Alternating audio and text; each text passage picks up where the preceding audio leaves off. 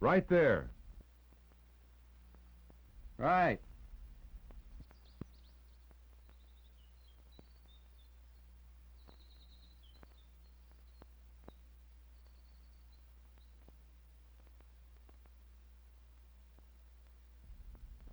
$98.4. Okay.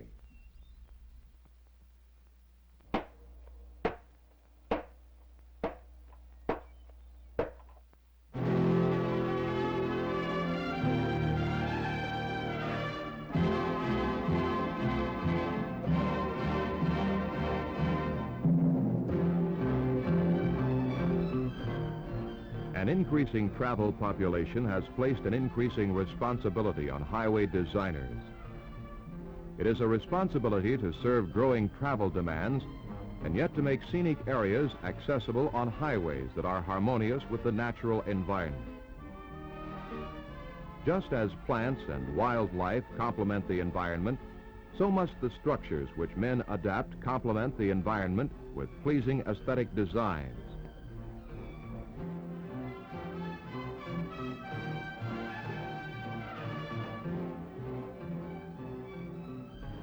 This is especially true in areas such as the Black Hills of South Dakota, where travelers come each year to participate in the recreations and beauty of its scenic forests and parks.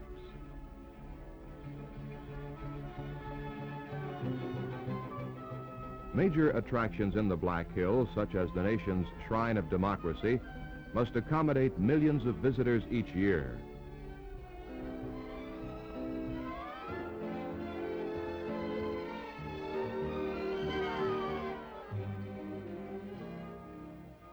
A critical junction to most of the travel centers in the Black Hills is the Keystone Wye.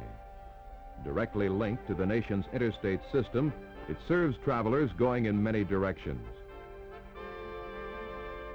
In the 1950s, traffic had already reached bumper-to-bumper proportions. There was a definite need for increased lanes and for a smooth interchange of patterns. Design engineers in the South Dakota Highway Department felt the interchange structure should be in keeping with the aesthetic values indigenous to the region and began working on plans. Envisioned was a wood arch span that would be harmonious with the Black Hills forests in preference to the more conventional steel and concrete structures. As the plan evolved, it was presented to a joint meeting of highway engineers and the South Dakota Highway Commission. It was proposed that a laminated wood span bridge be built. Functioning at the heart of a freeway interchange, the structure would have 3 levels designed around a 290-foot timber arch bridge.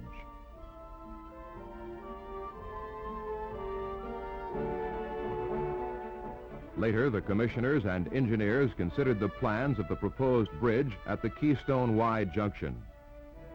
Also present at the site were representatives of the Bureau of Public Roads. After they had studied the full implications of the project, surveys were authorized and a public information model was built for display.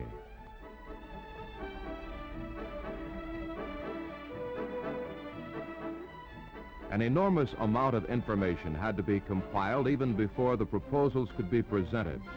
Now, with the survey approved, much more detailed information had to be acquired, and crews were sent into the field for more data and testing.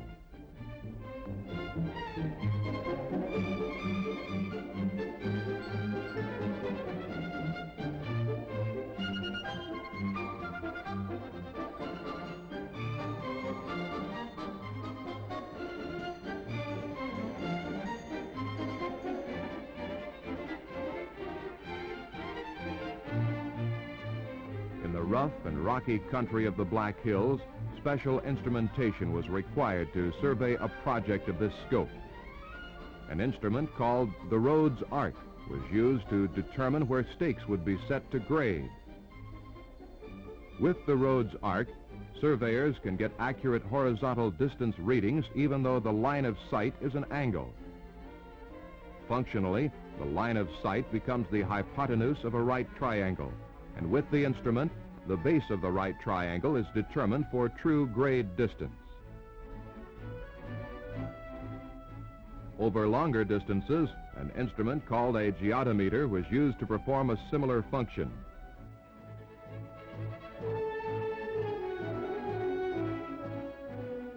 The geodometer is keyed to a highly concentrated beam of prism-reflected light.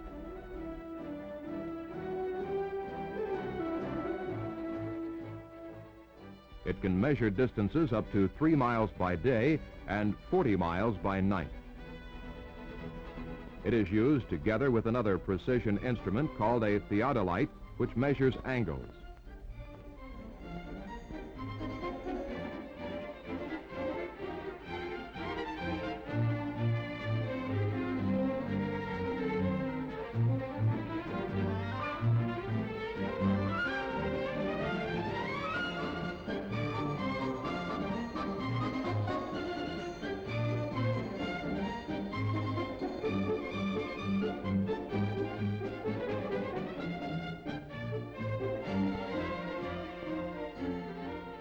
Because of the rough terrain where these instruments are usually operated, they are conveniently designed for backpacking.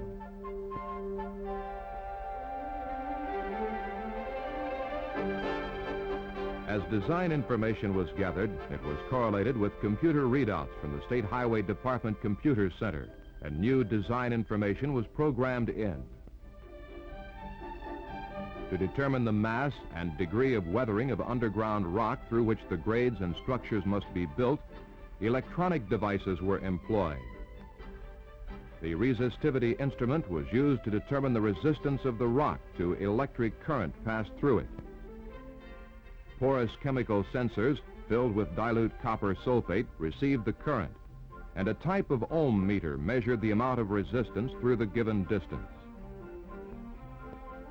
Again, statistical techniques and computers evaluated the surveys, which told engineers where the rock was, how much had to be removed, and what it would cost to build here.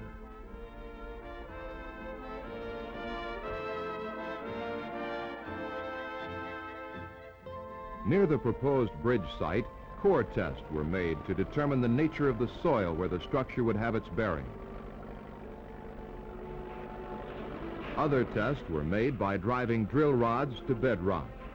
Then, as the rods were extracted, the force of the Earth's frictional resistance was measured. The resulting information was used in design of the bridge foundation. Also, during the early planning stages, Highway Department bridge design engineers Wilson and Junt had traveled to Portland, Oregon, to study the feasibility of the proposed laminated wood arches. As the design information was compiled, it gradually became integrated into the large-scale construction plan of blueprints and specifications necessary to execute the highways and structures serving the Keystone Wye.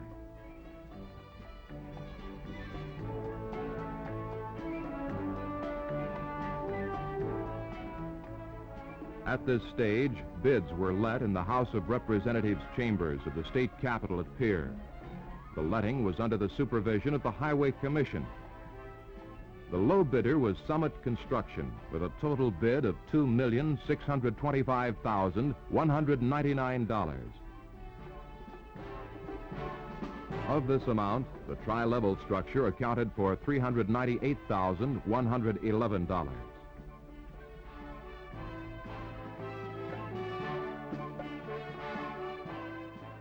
Now contractors and Highway Department officials moved to the next phase as they joined together in busy pre-construction meetings. It had already been an extraordinary accomplishment in planning. Now it was to become an equally challenging feat in engineering and construction.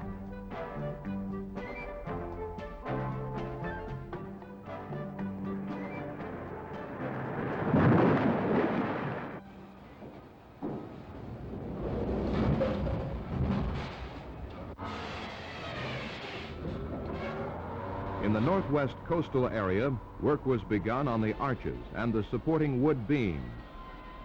Freshly timbered Oregon fir trees were barked and sawed. Then they were taken to Oroville, California for high-pressure chemical treatment.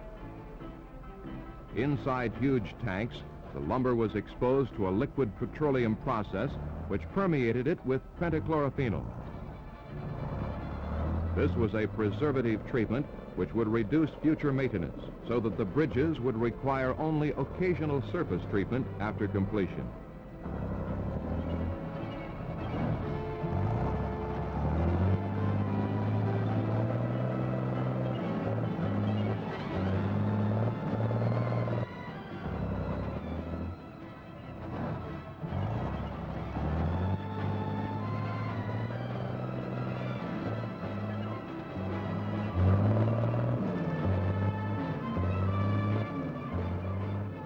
Next, the 2 by 14-inch planks were taken to the storage area at Timber Structures Incorporated in Portland.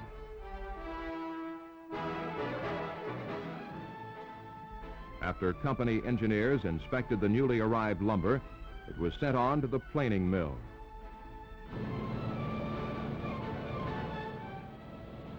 Here, as the planks emerged from the planer, they were separated according to grade. Only the first quality planks were sent on to the scarping machine. In the scarping machine, the planks were cut with matching sawtooth ends and glued together. Independently, each of the spliced planks became as strong or stronger than a similar plank with no splice.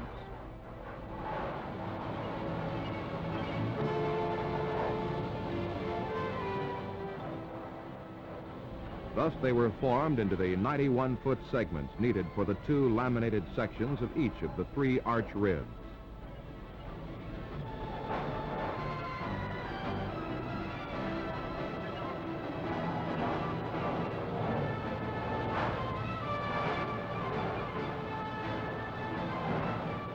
Next, the long planks went through an automatic glue spreader in preparation for the actual lamination of one board to the other. As the boards were laid on the lamination form, they were fitted into screw presses, which were operated by pneumatic wrenches.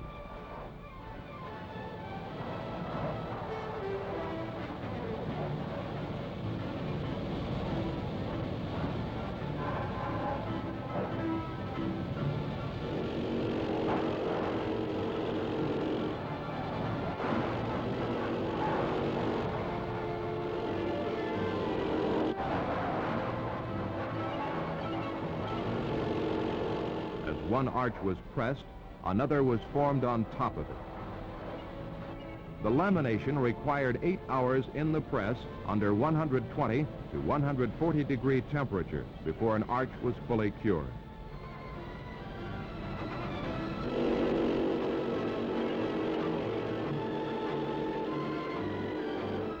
When the arches and struts came out of the lamination process, they were sent through a Paul Bunyan planer.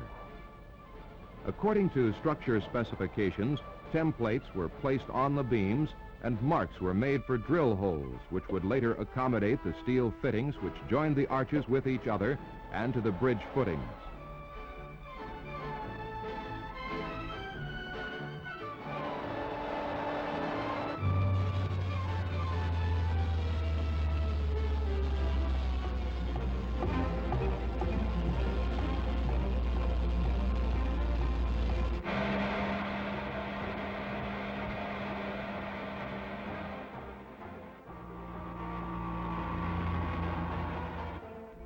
A neoprene coating was applied to the end of each arch as a moisture sealant before the steel fittings were attached.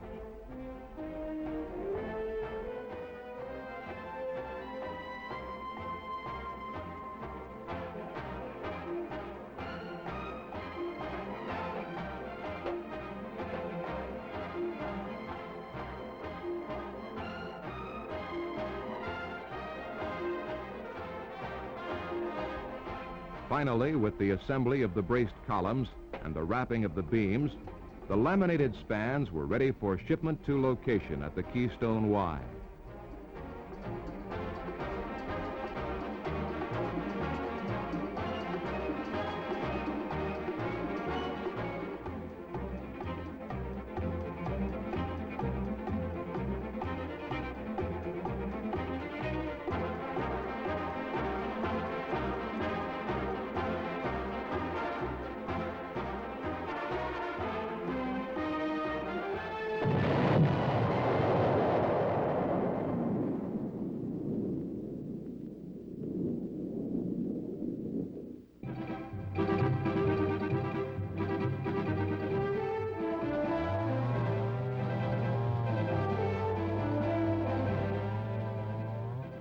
On location at the Keystone Wye, construction was proceeding full pace. A massive clearing project was required to open space for 7 highway grades and their supporting drainage features. Property owners who had sold right-of-ways through which the road would go were allowed to remove and sell their own timber. Those who did not do so by the contract deadline relinquished their timber rights to the Highway Department contractors. Eventually, this timber was sold on a bid basis for lumber and pulpwood.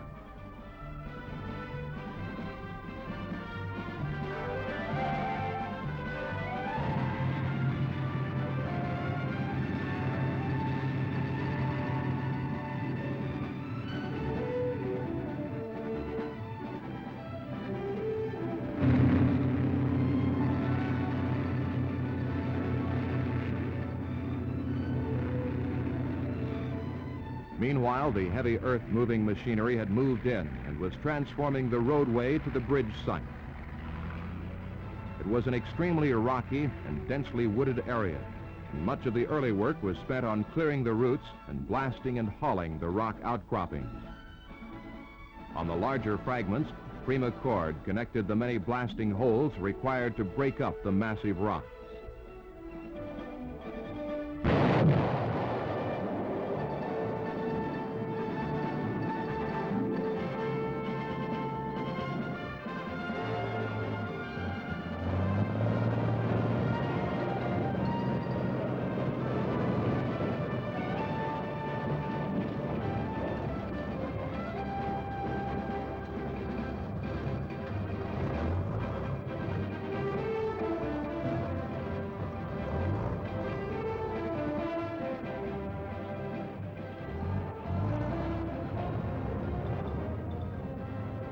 A borrow pit had been opened, and the cutting and filling was going on for the subsurface features.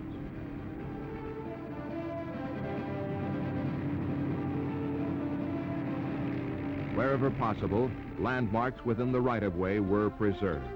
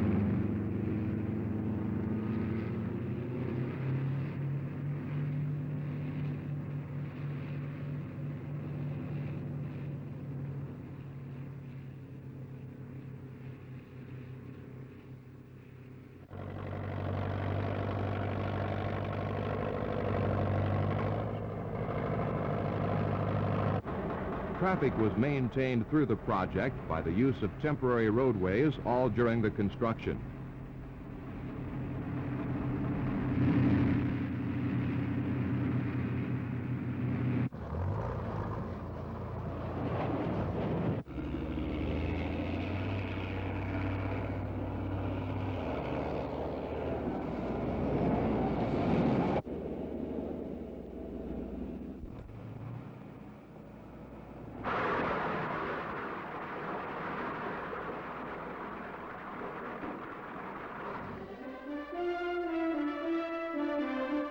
Steel piles formed the foundation for the actual bridge footings.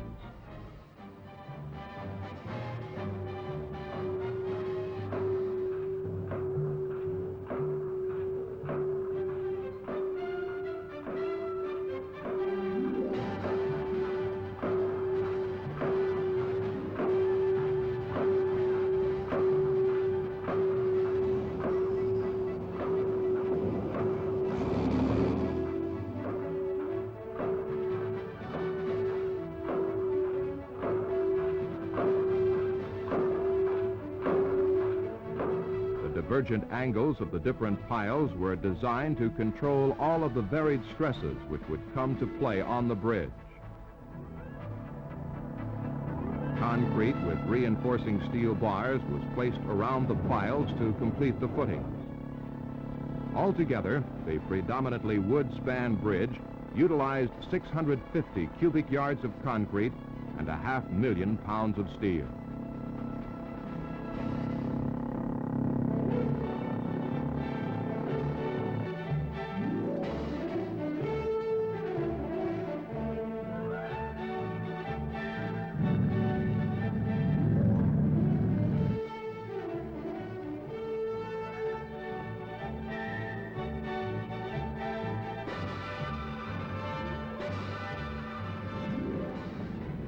The timing was right for the arrival of the prefabricated wood structures, and they were on their way.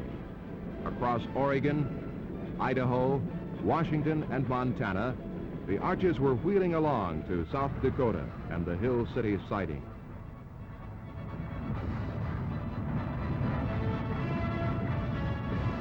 Hill City, just 10 miles from the Wye, was the closest freight station. Here, the arches were loaded onto trucks in the same manner in which they'd been carried by the rail cars.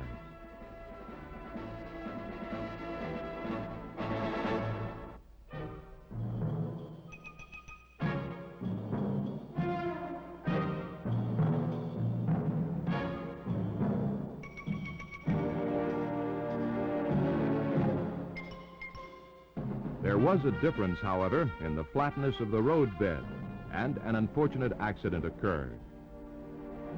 On a slanting curve of the road, the first truck was overturned by the weight of the arches.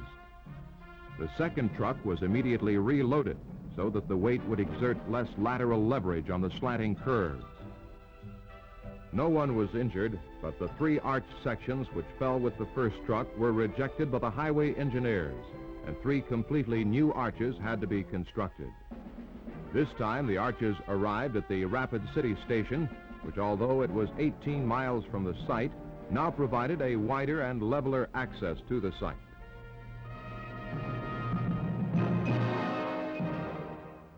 At last, the wood spans were ready for assembly.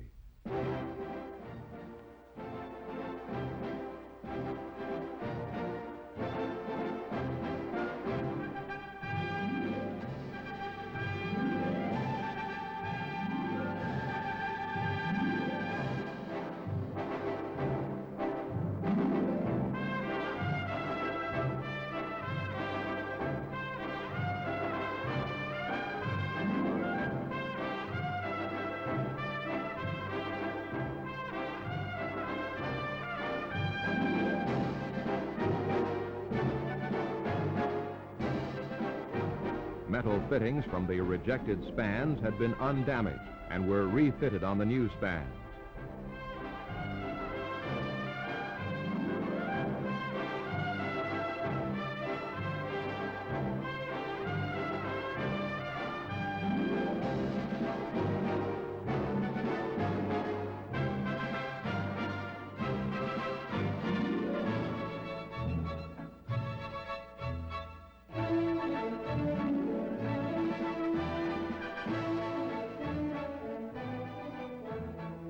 Giant steel hinges joined the arches to their footings and allowed the slight physical changes which normally occur in bridges this size.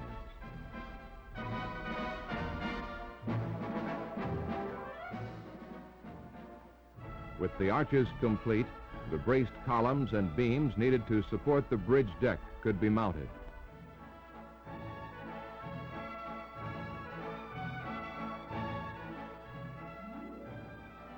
The deck of the arch bridge was paved with 2 simultaneous operations, starting at the center and pouring toward opposite ends. With this method of pouring concrete, it was possible to maintain a balance of stresses on the bridge during construction.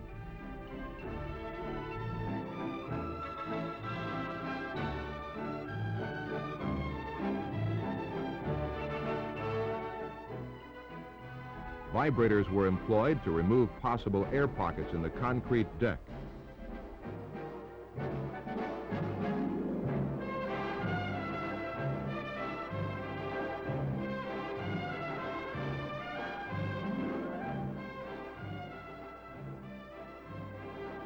The Bidwell finisher machine was used to smooth the surface.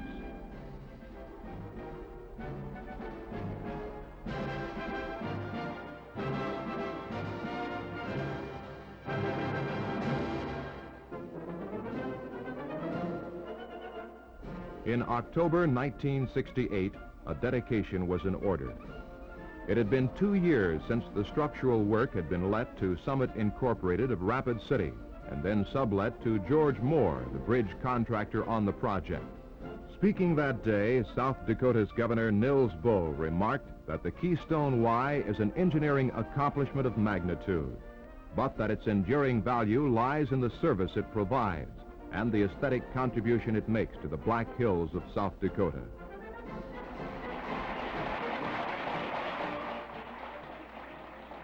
The rope-cutting event was a proud gathering of highway officials, contractors, and regional dignitaries.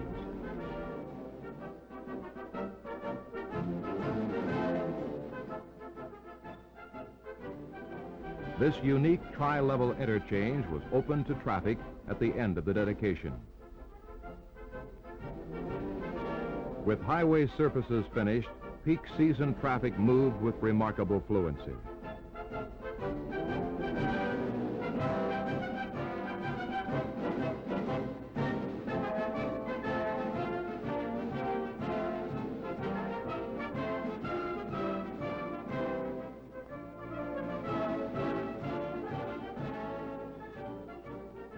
The challenge of aesthetic design complementing the urgent travel demands of the Black Hills region had been met, and the Keystone Wye was happily wedded to the arteries of the American West.